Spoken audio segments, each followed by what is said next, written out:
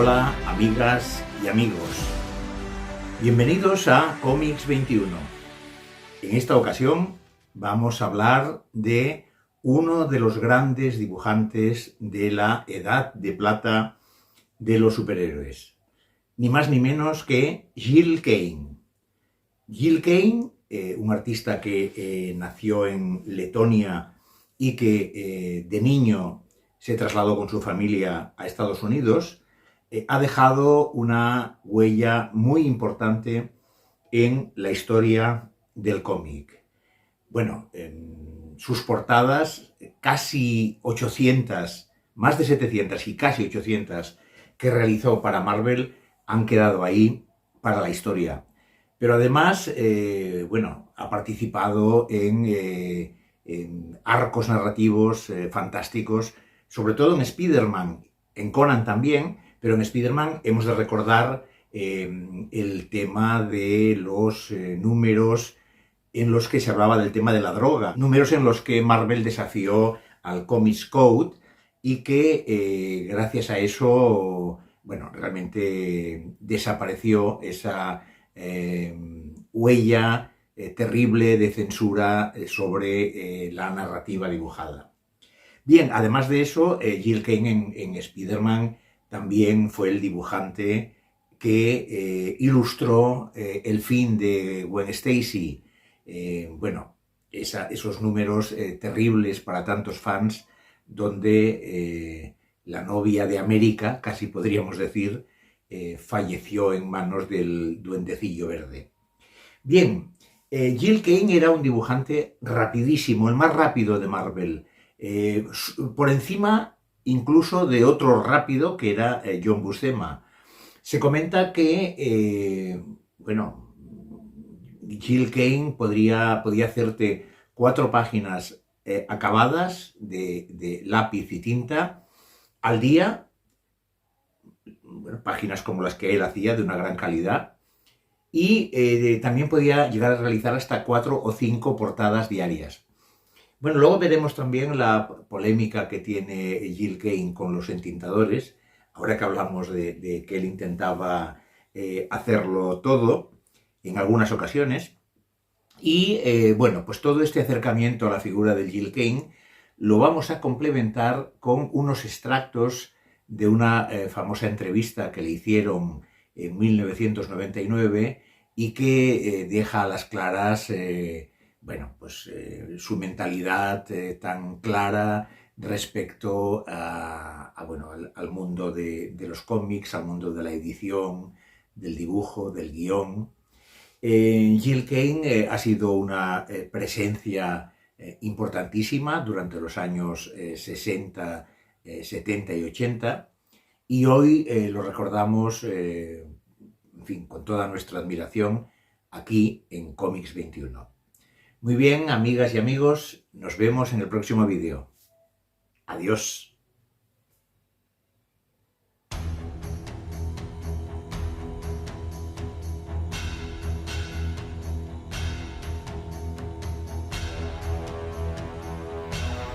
Gil Kane, seudónimo de Eli Katz, nacido en Riga, Letonia, en 1926.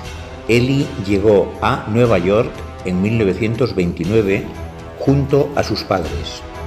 Pronto quedó fascinado por los cómics de Alex Raymond, Hal Foster y Milton Caniff. Estudió en una escuela de arte. Con 16 años empezó a dibujar para Timely y Quality e inició colaboraciones con Jack Kirby. En los años 60 dibujó superhéroes como el Capitán Action y en 1967 entró en Marvel para dibujar Captain America, The Amazing Spider-Man, Cazar y Ghost Rider, entre otros.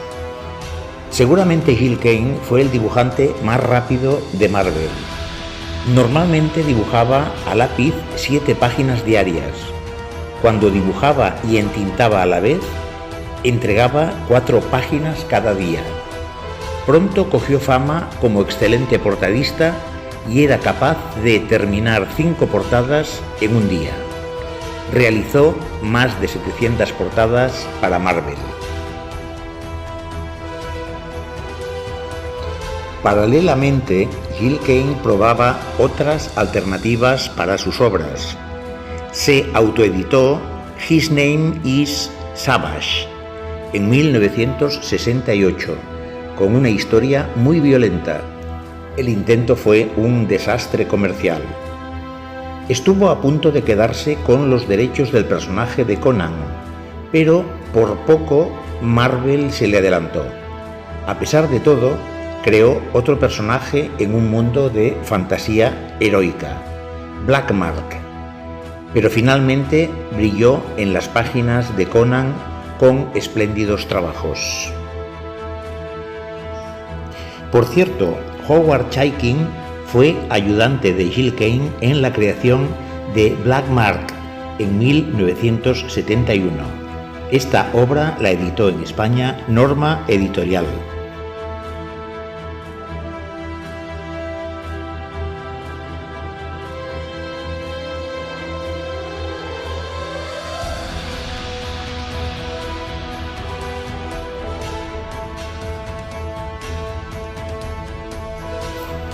A finales de la década de los 50, Gil Kane dibujó para National, luego DC, una nueva versión de Green Lantern, Linterna Verde, encargándose de los primeros 75 números. Trabajó para la revista franco-belga Tintín, con la creación de su personaje Jason Drum. Después, tras discutir con el editor de Marvel, Jim Shooter, fichó por DC haciéndose cargo de Superman junto al guionista Marv Wolfman. También se hizo cargo de Talos, un cómic de su género favorito, espadas y brujería.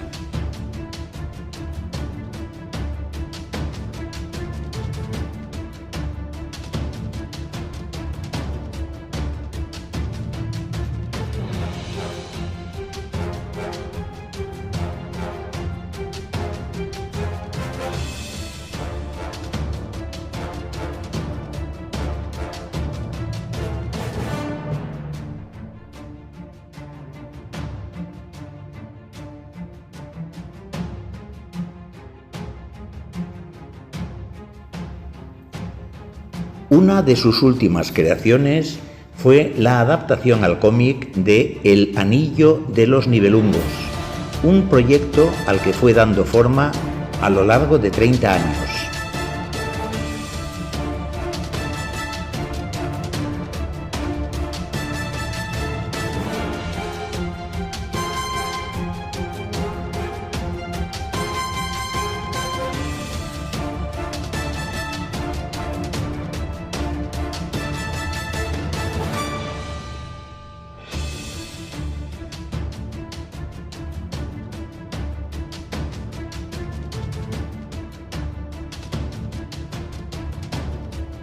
Fue un gran artista, estudioso de los cómics, una persona de un nivel intelectual muy alto, como siempre demostró en conferencias y convenciones.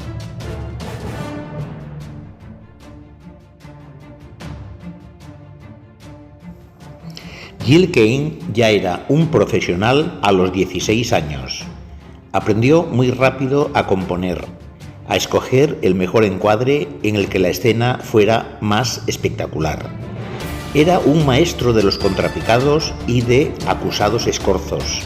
Se atrevía con las posturas más complejas para sus anatomías, orquestando el espectáculo de las 3 dimensiones y de sus puntos de fuga. Su lucimiento máximo fueron las portadas, en las que articulaba el máximo grado de espectáculo, demostrando que este arte que tanto amaba no podía tener límites.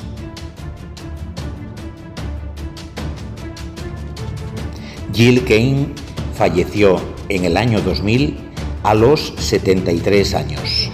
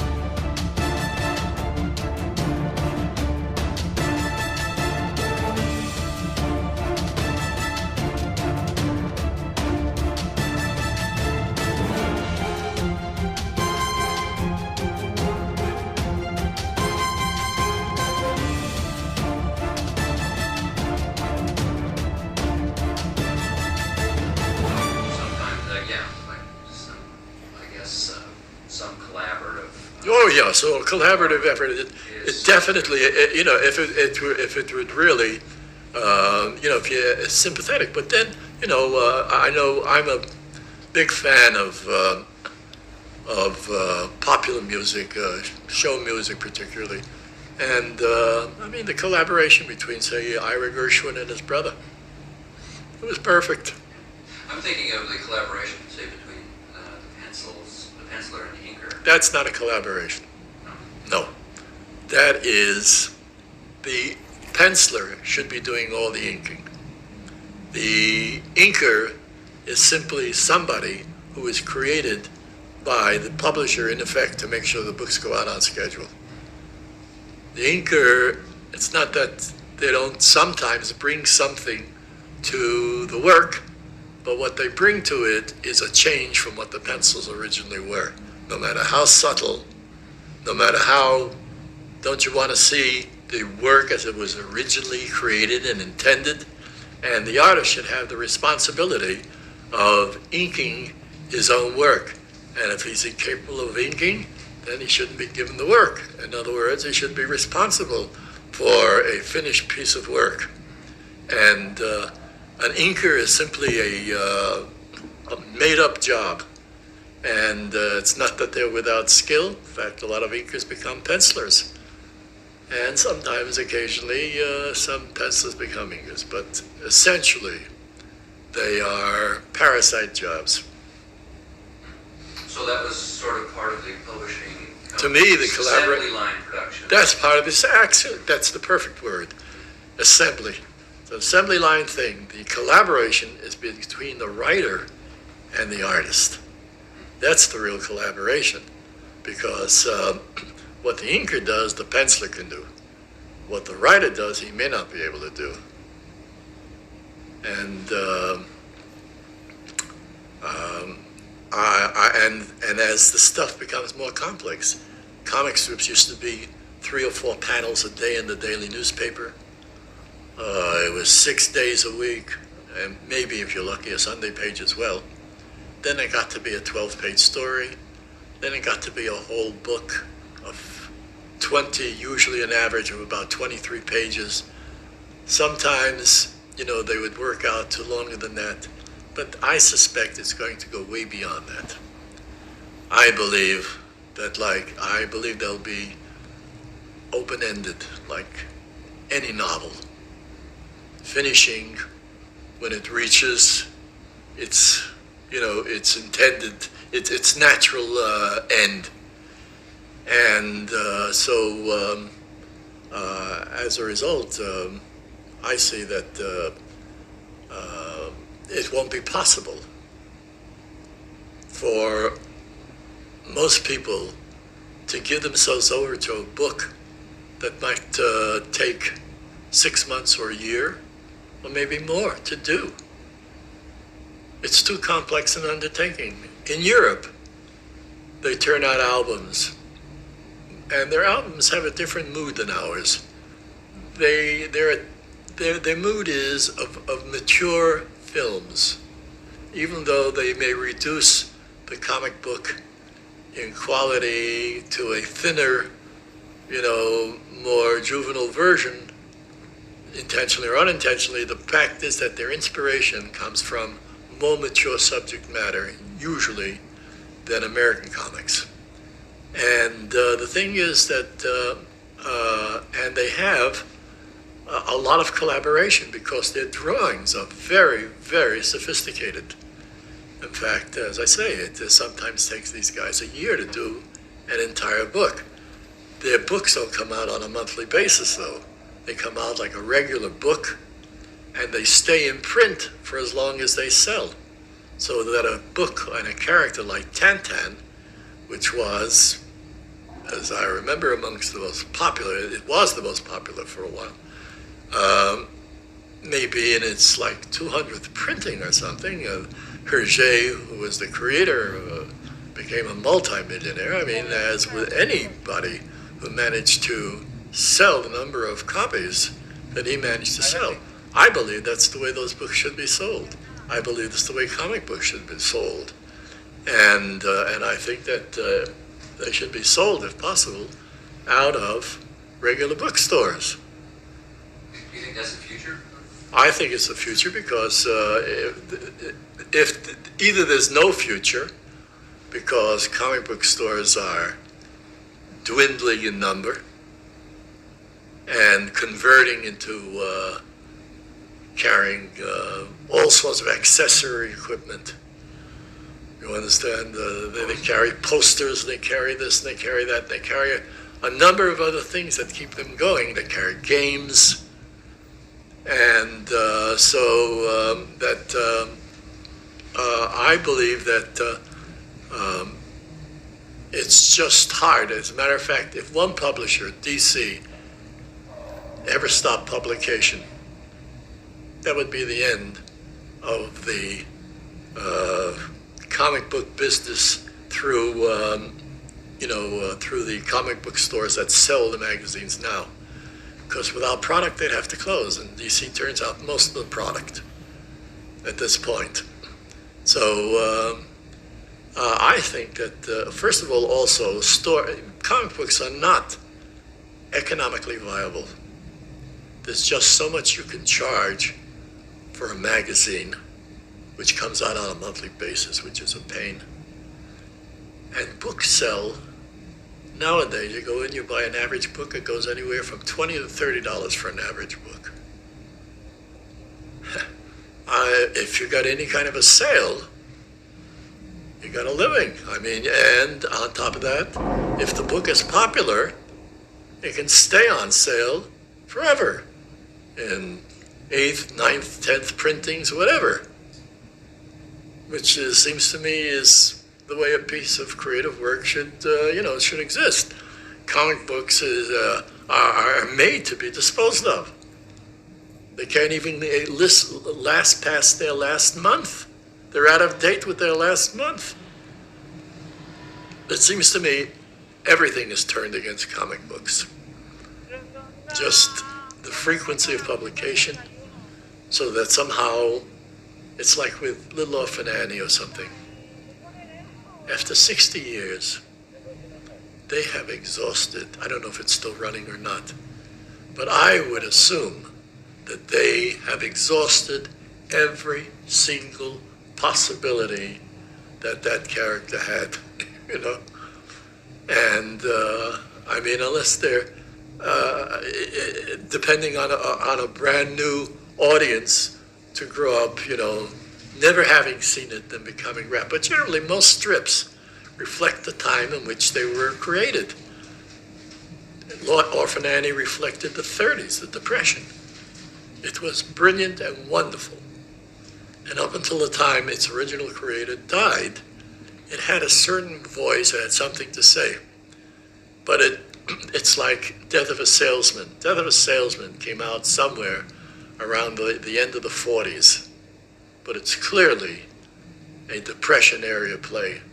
Its whole psychology depends on your knowing what the 30s were like and what it's like, to get kicked out of a job or something. And most of these strips, like Dick Tracy, Dick Tracy was wonderful during the 30s. Absolutely wonderful. But once you hit the 50s with it, in my view, it became tortured, sort of a grotesque strip, where they would have to create grotesque characters. Qualities, power, energy.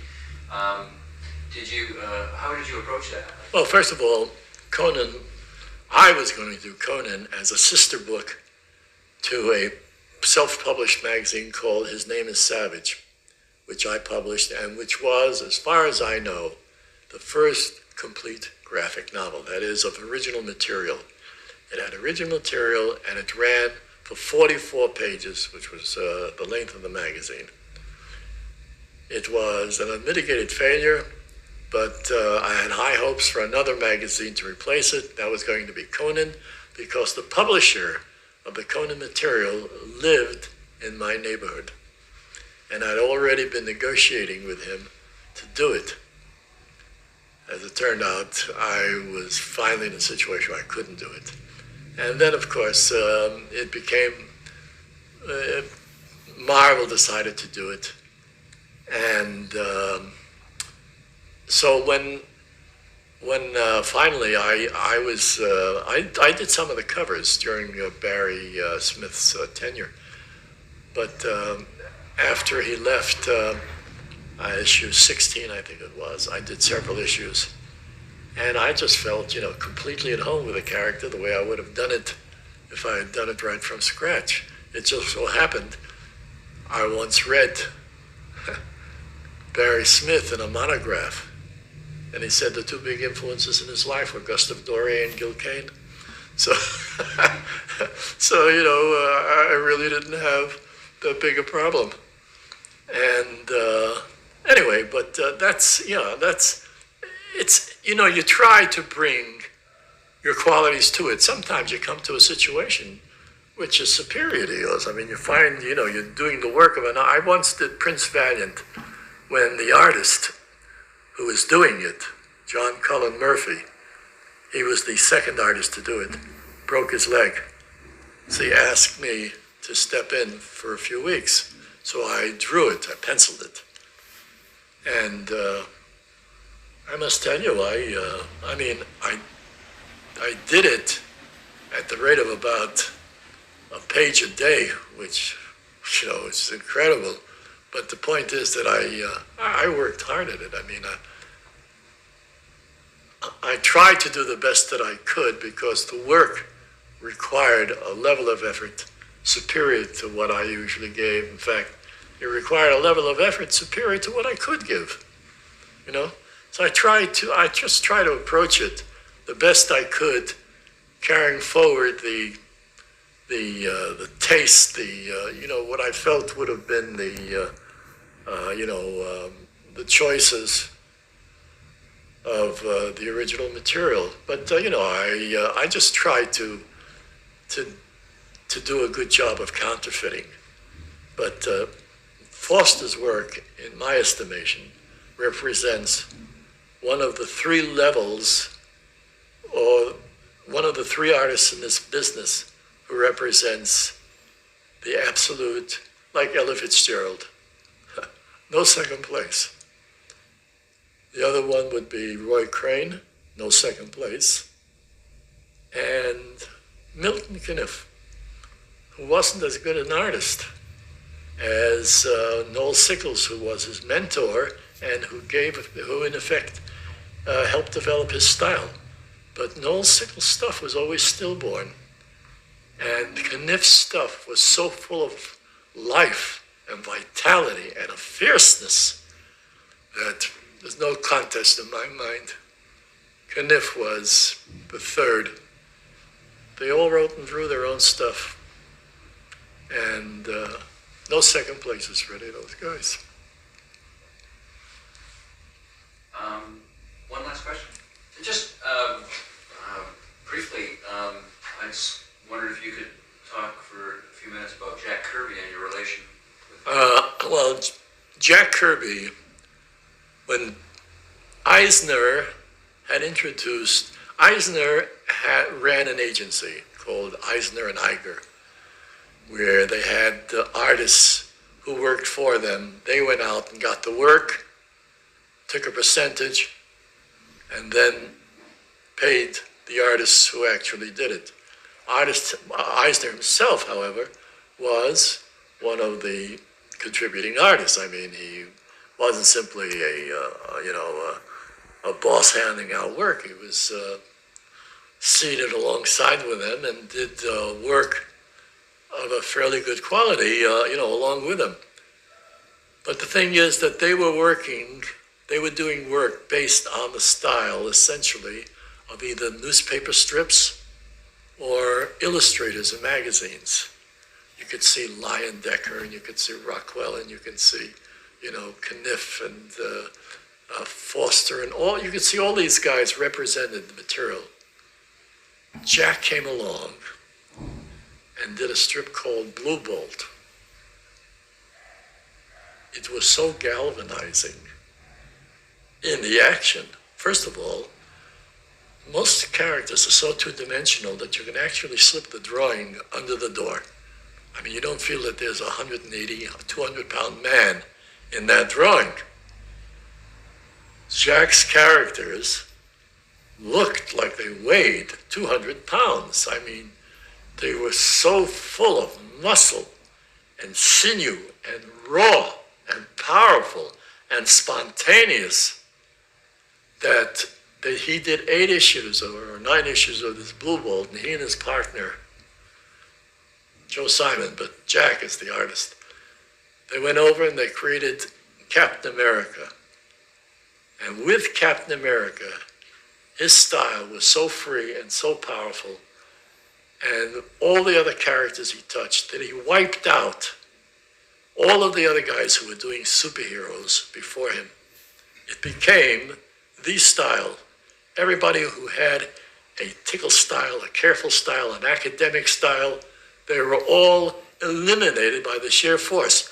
And his force was like Picasso. It was a combination of the very modern, raw, unsubtle, and the primitive, in that it was so bold. Nothing could stand before it as superhero material. And while the superheroes lasted, Jack and his partner were kings of the world. When the superhero stuff died, and Jack had to go into romance material, it was successful, but it was not Jack, for me, Jack's material, his romance material always looked kind of lurid. You know, it didn't have that leaning into the wind, delicate quality. But in fact, Jack was having a difficult job finding a real place for himself in the changing scheme of comics. He tried classic comics, and that didn't work out. And then he came back to Marvel, and they started doing monster stuff, and they came back to the superhero. They were a small company, so as a result, Stan had to allow the maximum amount of freedom. He wrote everything, but he couldn't write everything. So what he let the artist do is he let the artist make up the plots, talk it over with him, and then go home and draw it, and bring him the finished story completely drawn out, where all he'd have to do is go home and fill in the copy. He'd do that in one night, which was pretty remarkable. And and it was a nice quality for that time. But that's the way it worked. So as a result, you can see how much flexibility the artist had himself. I mean, he couldn't afford to give you a script that was written out and that in effect allowed you few options. This way, you had all the options in the world. So Jack's early stuff was 90% fight scenes. 90% fight scenes and 90% new characters, which Jack was very good at. And that's the way it was for the first couple of years. Fight scene, in fact, they became famous for their fight scenes, especially compared to DC, where there weren't any fight scenes at all. Would you say that Jack Kirby was an influence on your style? Oh, sure. I worked for him when I was 17 years old. Jack and Joe Simon, his partner, were getting ready to go into service. They had a contract with DC, and they were doing 4 books for them. That is, they were doing characters in each of 4 books: The Boy Commandos, Sandman, Manhunter, and the Newsboy Legion. I was sent over by a friend of theirs, John Beardsley. When I came up there, they wanted to know if I could copy their stuff, which I could because Jack was one of my favorite artists. And what happened was that they said, okay, and they gave me scripts. They gave me Newsboy Legion scripts. And what they did was they let me draw the script except for the splash. They would draw the splash. They would have an inker come in and ink the whole thing, and they would pass it in as part of their quota. They were just trying to build up as much quota as possible. And that's what I did for about 6 months or so until Joe went into service first, joined the Coast Guard, and Jack was drafted into the Army during the summer. When Jack was drafted into the Army, DC kicked me out. So, and that was the end of my excellent adventure as a Jack Kirby. That's why of course I always loved his stuff, loved it. For myself, here's the peculiar part. Ultimately, we went to live in Los Angeles. And I got a job working for Ruby Spears, which was an arm of Hanna-Barbera. Jack was on the staff. And what Jack did were presentations. In other words, he would take a board about the size of that board up there, 20 by 30. They would tell him what they wanted in terms of this idea they had about a program, and he would do drawings. In other words, each drawing would be 20 by 30 and represent what the program was going to look like. By the time I got there, Jack had already been working there for 5 years. And what they liked about my work was that it was so much like Jack's. But what they also liked about my work was that it was more representational, so that I had a much wider span. So ultimately, I worked there for 5 years. And Jack and I were the last 2 employees to be let go when they finally went out of business. And I used to see Jack occasionally, but Jack, Jack had a lot of supporters. In fact, his friends are devoted to him, or to his memory. They deified him then, and they deify him now. I thought that Jack was probably the best in what he brought into the field. It's just that there were qualities in other artists that were also excellent. And it's that discounting that bothers me. Guys who I thought in ways could do better. In some respects, they couldn't do anywhere near as well. In Jack's great strengths, nobody could touch him. But there were other areas where Jack wasn't as strong, where other guys were simply superb. And that simply accounts for the way that styles changed depending on what was the taste of the day, whether it was romance, whether it was superhero, whether it was representational stuff where guys had to learn how to do folds and realistic figures in Crime Does Not Pay.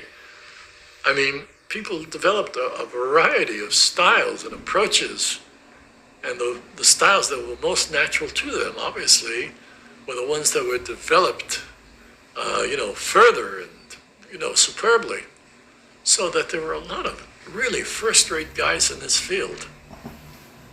And, but nobody dominated the field like Jack did for the earlier superhero run and then finally the other superhero run. But there are people, like Eisner, whose early work still resonates. I mean, it's still an influence on a lot of the artists. And then later on, during the 50s, Harvey Kurtzman, whose work was sort of a very sophisticated sort of assimilation of all of the earlier techniques into a beautiful, visual, literary treat. And I think that the comic books that Harvey did brought to bear literary values that I'd never seen in comics before. And that about sums it up. I mean, I don't know. I'm assuming that they're going to have a lot of trouble, paper prices go up and printing costs go up and readership goes down, you know. So this is where I came in. The one line I was only said paid for a week, I was checking to make sure that was recording communication scanning. It's on sound, right? No, No. at the very beginning of the tabs. I think that's okay, actually. Yeah, no, that'll be okay. I mean, certain things like that. There are, really, I mean, I also think that not taking on a panel, doing it individually this way, that you'll get a better perspective. You'll really get a more genuine, nobody will be sort of couching their language, you know, in any special way, but giving you a real sense of what their own experience was. And like I say, the only thing that I can't see is, I mean, I've worked so hard all my life, and I just can't stand when people don't understand how hard I've worked. I mean, I don't expect people to say the work is any good or that we appreciate it or anything, but Well, you get it when we go to conventions. and well, we I don't go to conventions. see now. I don't expect anything from fans. I don't think fans know what they're talking about. But you get something from fans. I mean, these are people that come up and they bring their kids. They're people that are in Oh well, I mean they've gotten something from the and work. they will come up to him and say, you know what attracted us is the quality, the grace in the. Well, I mean, the work or yes, something yeah, like once in a that. while I get that, but essentially I don't expect them. How could they? I spend 7 days a week looking and studying the material. After 60 years, 65 years of studying and looking, I mean, I have some insights into it, and I've also done a great deal of reading, you know, to help enlighten and to give me language to express my point of view about some of the material. When you don't have language, you don't know what you're saying. I mean, in order to describe something, you have to have the language to do it. When you have the language to do it, you know what you're saying. In other words, I know that until I have conversations with a lot of friends of mine, very often in the course of conversation, they'll say something, and I'll say, gee, I never thought of that. They never thought of it either. It's just that with the ability to articulate, an idea all of a sudden becomes whole, you understand? And I think that this is hard work, I mean, and it's not great paying work, and I was a schlemiel for, I mean, the material rewards in this business, they're okay. I mean, I did all right, but Jesus, I could have done 10 times better anywhere else. I mean, anyone can. All you had to do is just go into advertising, and you'd come away with lifetime benefits and pension plans and so on and so forth and so forth. I mean, none of the things comics didn't give you. On comics, you were on your own. You were a freelancer. You are still a freelancer. After working for DC for over 50 years, I am their oldest employee in terms of time. I'm still a freelancer who's treated like any casual freelancer without any special privilege or advantage, while the people who are on staff who were hired 2 weeks ago get 2-week vacations, 3-week vacations. They get a whole variety of benefits that a salary job, brings. So what I'm saying is, while this is my choice, the fact is that this business could have been something other than it is in terms of, they try to form a union 3 or 4 times in comics. Never succeeded. Yeah, and much to the publisher's delight. So, as I say, I mean, even the animators, for Christ's sakes, even musicians. Who's more whacked out of their heads than musicians? Why couldn't comic book designers form a movie? Because it's a bunch of insecure, we all work alone. In music, you work with somebody else. There's a sense of involvement and teamwork and so on and so forth. In this goddamn business, it's like being a writer. You're just isolated until you bring your work in.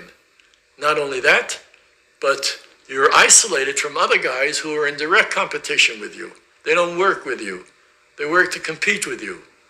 And the publisher constantly pushes the competition between you. So the thing is, it could have been anyway. But what they would do is the minute they'd hear that there was a talk about a union developing, they would go in and offer key people, the people who we depended on to be, the voices for the industry. They would immediately capitulate, take the higher rate, keep their mouths shut, and duck out. It's like when Kefauver started to investigate comic books. Now, none of us were doing pornography. None of us. We weren't even doing anything more violent than what you saw in Prince Valiant or Tarzan or Terry and the Pirates or anything like that. And it was just comic books. When the Kefauver committee came in, the very top guys in syndicates say, we don't have anything to do with that. They're in one business, we're in another business. They totally broke the connection. They didn't want to be swamped. They didn't want to be tainted. They didn't want to be contaminated by the fact that we're cartoonists also. As good as they were. In some cases, better. When he did His Name is Savage, so he had, printers and distributors all around. The big